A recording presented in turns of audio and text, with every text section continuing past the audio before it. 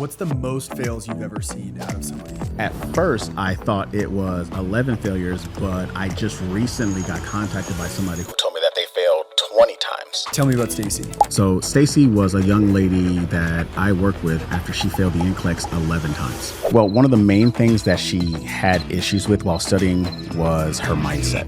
One of the very first things that I talk about is understanding what the NCLEX questions are asking you. Not just her, but a lot of students have a hard time comprehending that. Like one of the craziest stories I had, that's kind of right. So one of the craziest stories that I have as a nurse was during COVID, specifically the second wave of COVID. Or how did you study on your first round? If anybody is interested in knowing more about the 7-day NCLEX course, just go to thebootnurse.com.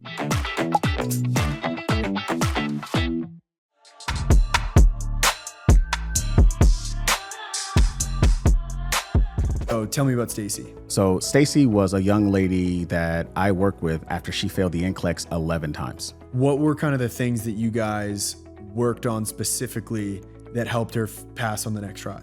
Well, one of the main things that she had issues with while studying was her mindset.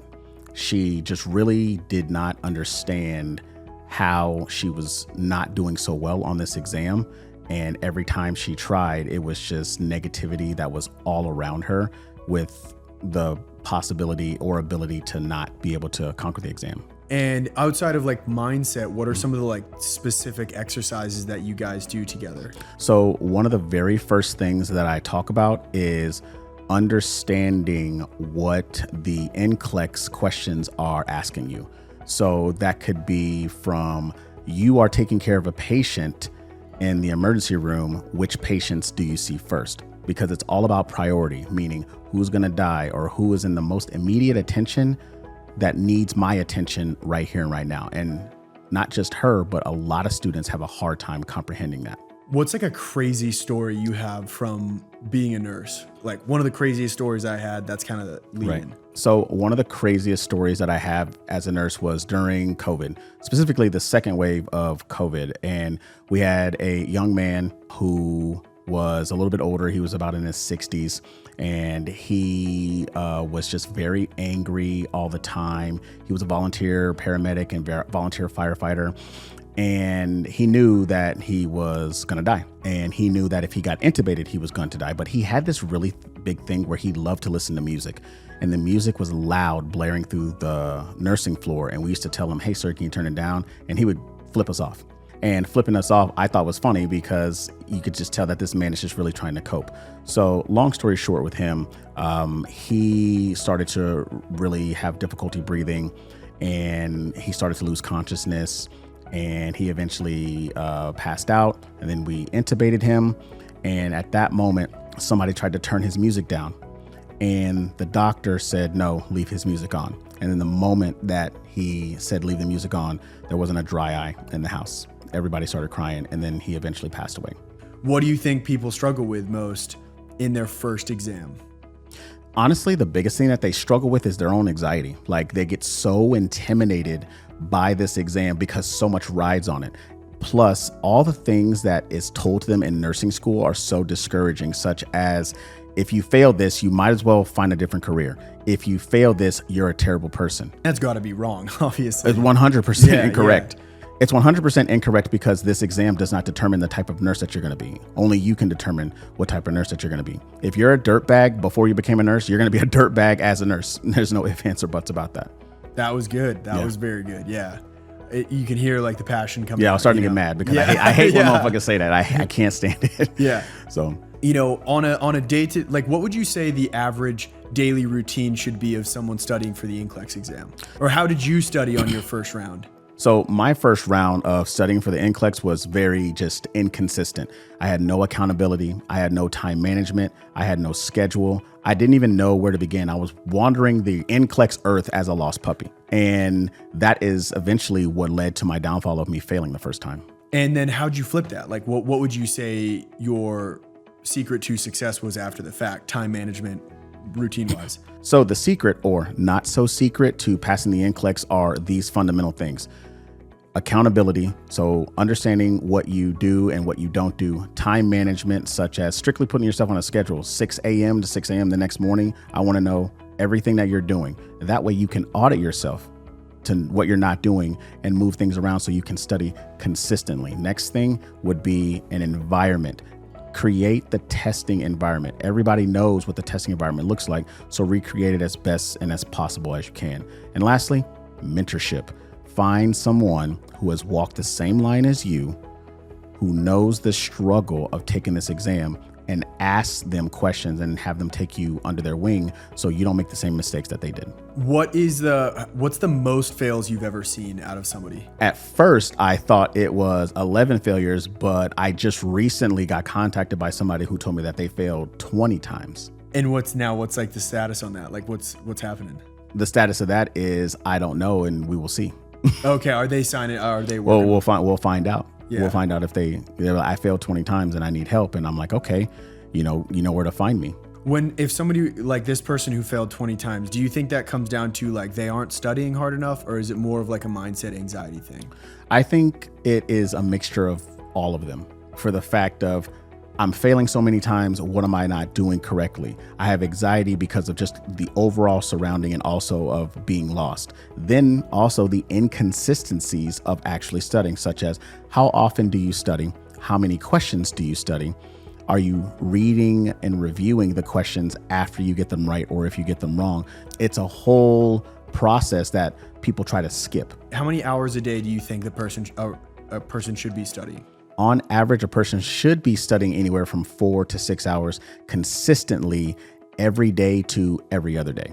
And what do you think, like, is it 4 to 6 hours of doing the same thing, like reading, or do you break it up?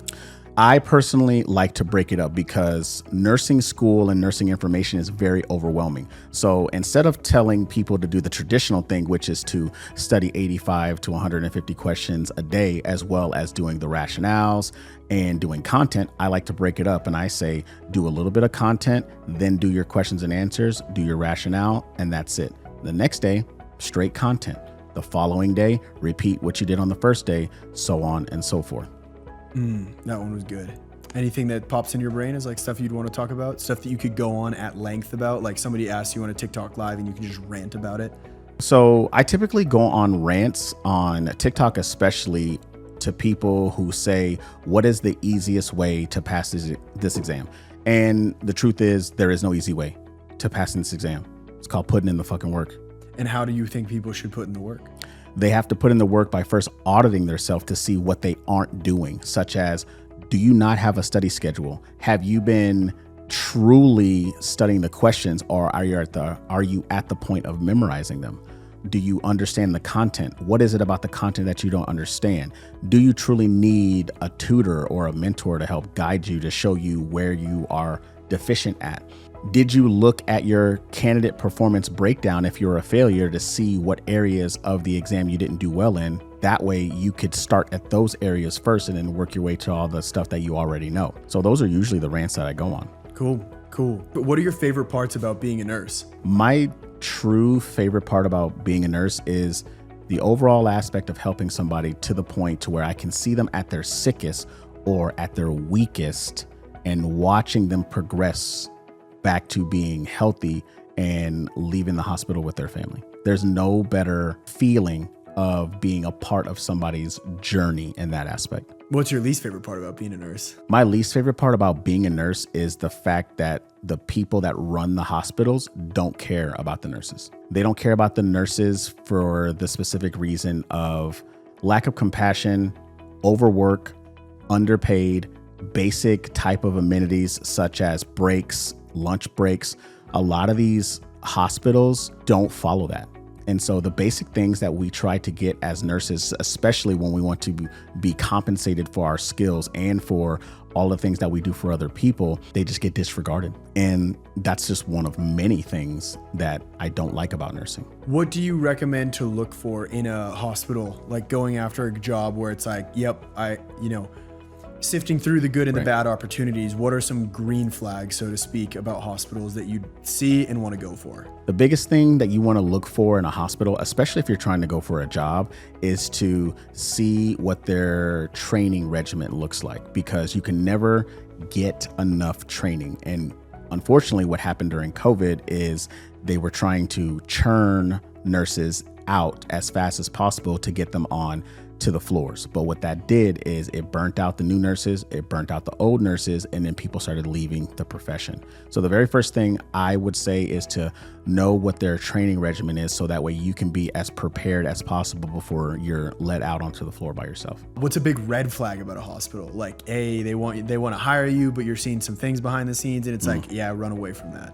Biggest red flag to look out for when you're working for a hospital is the bonuses that they want to give you, because with a large tag, aka $100,000 bonus to work at a hospital, will come with $100,000 worth of problems. Some nurses get $100,000 bonuses. So some nurses do get $100,000 bonuses. However, when you read the fine print, that $100,000 is over a 5-year period. So what that does, it locks you into a contract to this hospital that who knows if you wanted to work there for, 5 years. And then if you decide that you want to leave, you owe them all that money back and then some. So when I see a bonus, the first thing I say is, what does that bonus come with?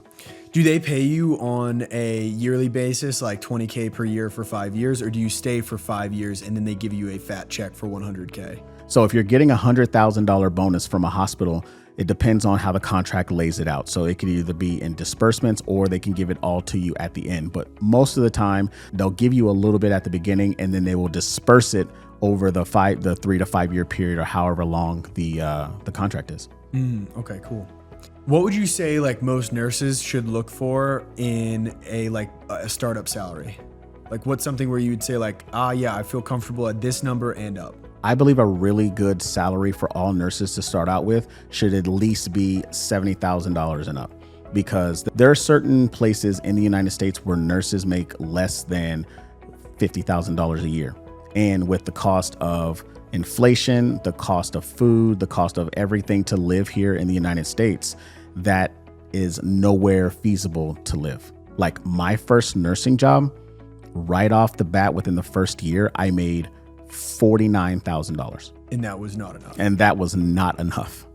So what do you think, what would you say a good starting salary is? Like, 70s, like the baseline. What would you say, like, hey, if you can work in an area where a hospital is capable of paying like 150, 200K? Now, depending on what type of nurse that you are can depend on how much you make. So depending on your specialty. But if you are a staff nurse, depending on the area, like if you live in the Northern California area, those nurses are making easily $150,000 to $200,000 a year. Versus how if you live in a low impoverished area, like somewhere in Mississippi, those nurses are making starting maybe $40,000 to $50,000 a year. Wow. What type of nurse were you, and like why'd you choose that specialty? I worked as an ICU nurse. Specifically, I did some time in the burn ICU as well as a medical ICU. Then I worked in the PACU, which is the recovery room after surgery.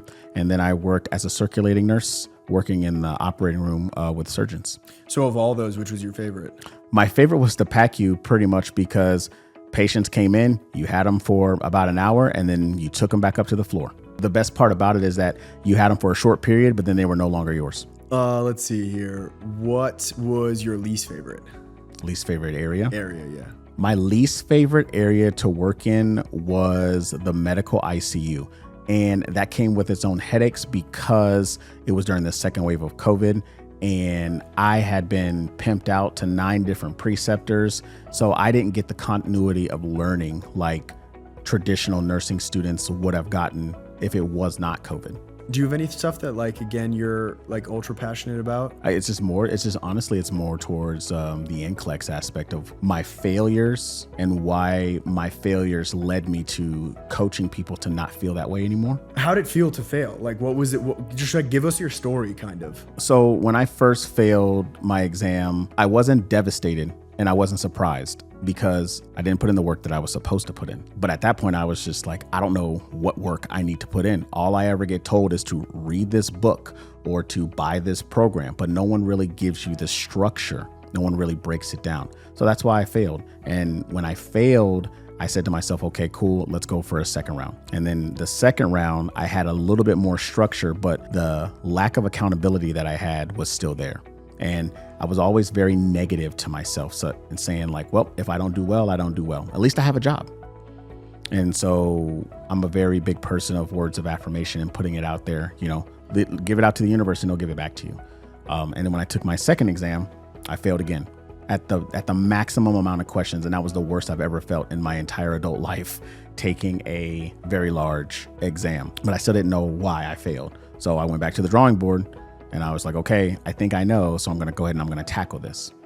And then when I tried to tackle it again, I failed again. So I failed 3 times. And at that point I was like, am I a failure? Like, why am I here? Am I worthy of this profession? Like a very prestige profession that has been at the top of the list for the past almost 25 years, like the number one profession. Like, am I worthy enough to take care of somebody? And then as soon as I said that to myself, it was like the clouds opened up and laid a mentor right in front of me and told me, get it the fuck together.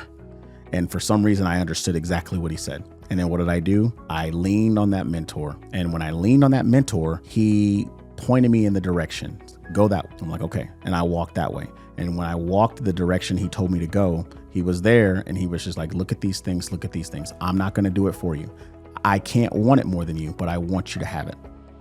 And so that positivity and that reassurance that somebody was guiding me through this process was pure just gold.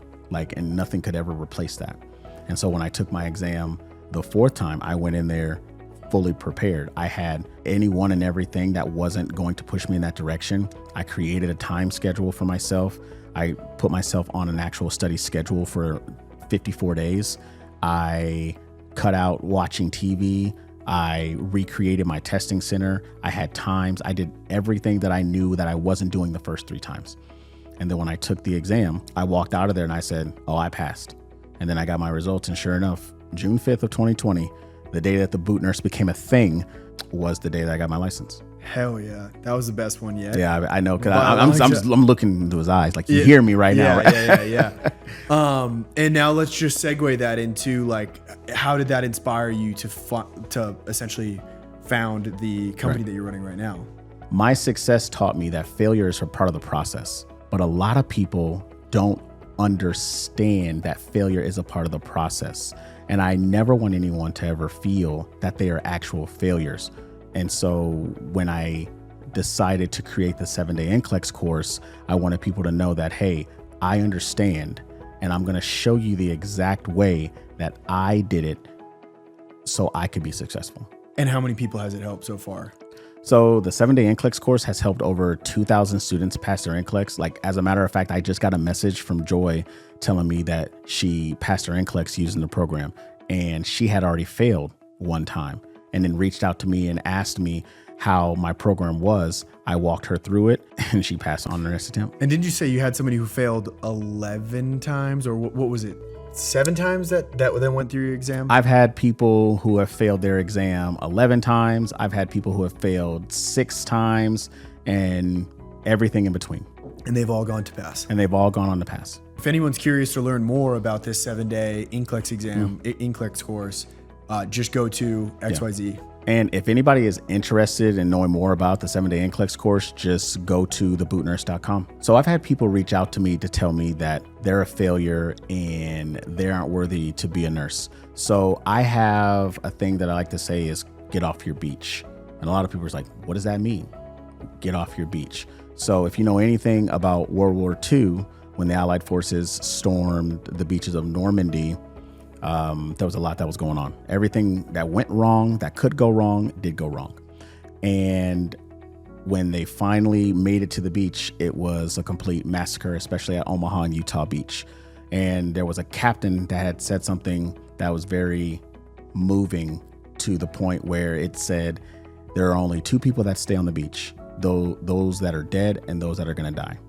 So I use that metaphorically, of course, saying, what do you want to do? Do you want to run towards the raining of gunfire with the chances of living, or do you want to stay on this beach with a guaranteed way of dying? Meaning, if you stay on this beach, you're not going to progress. But if you run through the gunfire, aka the world, life, kids, financial issues, Taking the exam again. you're taking the exam again. Do you want to do that with the chances of you being successful, or do you want to stay there and never be successful? You choose. So it's basically, a guarantee of continuing to feel like you are a failure, or moving forward where you have the possibility of essentially turning it all around. 100%. Yeah.